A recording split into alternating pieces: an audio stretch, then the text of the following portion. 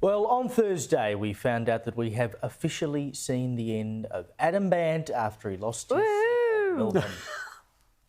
Am I ever gonna see your face again? No, wait, you know how the rest of that goes. Joe, do you want to finish it off for me? Do you want to? I do. You want my final television performance. Exactly. I'd rather you did it than me. And look, let's hope that it is true and we never have to see his face again. But they'll probably bring him back in the Senate or something. Now, he gave a concession speech of sorts, I suppose you could say. He went for 24 minutes. No questions either. He just came out and said his piece. And it ranged from how One Nation was to blame for him losing his seat through to how climate change was an invasion. We're in a climate crisis.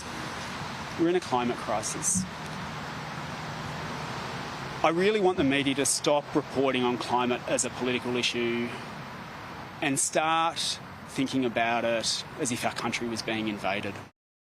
Yeah, well, there was an invasion of Labor into your seats, mate. I think that's probably what you should be more worried about. But Pauline Hanson, I think, spoke for many of us. Just quietly between you and I was getting ready to come onto your program when I heard the news. And I couldn't help it. I did a dance around the house in my bra and knickers, and I had to have a gin and tonic. So I am so excited. That's the best news I've heard. And no, we don't have footage of that. But I think many of us had a gin and tonic on Thursday, Kel. Yes, isn't it interesting how some people who we only know through television, we manage to dislike so intensely? It is a fascinating phenomenon, and he is one of them. I mean, even what he said at the end about there's a climate crisis. Well, no, there's a climate debate, right? And it may well be that we won't all die because the human race is so adaptable and we can adapt to we can live in the Sahara or we can live in Siberia. So otherwise known as Melbourne. That's right. That's right. We can do that. So that kind of hysteria and panic is really unhelpful and it's really bad politics, but it's where he's taken the Greens. He also is the man who took the Greens into the Hamas camp.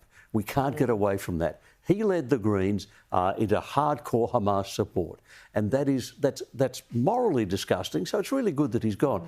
And David Shoebridge was talking this morning to Andrew Clennell, and David Shoebridge said, "Well, I think it's time we had a woman leader." He seemed to have forgotten they had. Christine Milne led the Greens, but he wants it to be a DEI job, not a merit appointment. And how well did that turn out for them?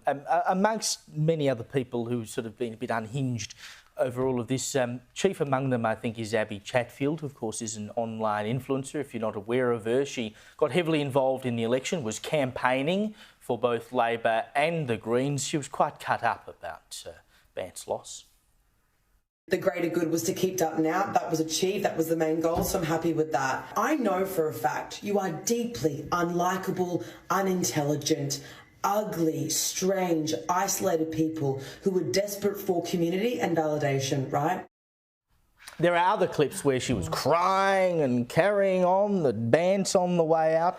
Look, it should be noted, Caroline, that their national vote held pretty well, and they've done quite well in the Senate. So overall, the Greens don't have a great deal to worry about, but they have been wiped out in the lower house because the swing was on. The swing was on, and when the swing is on, you are gone, and thank God for that. But where do they go now? I mean, they're talking about, you know, Sarah Hanson-Young. I mean, for goodness sake. Honestly, she's the best that they've got right now. She's like reasonable compared to the others. Like, seriously.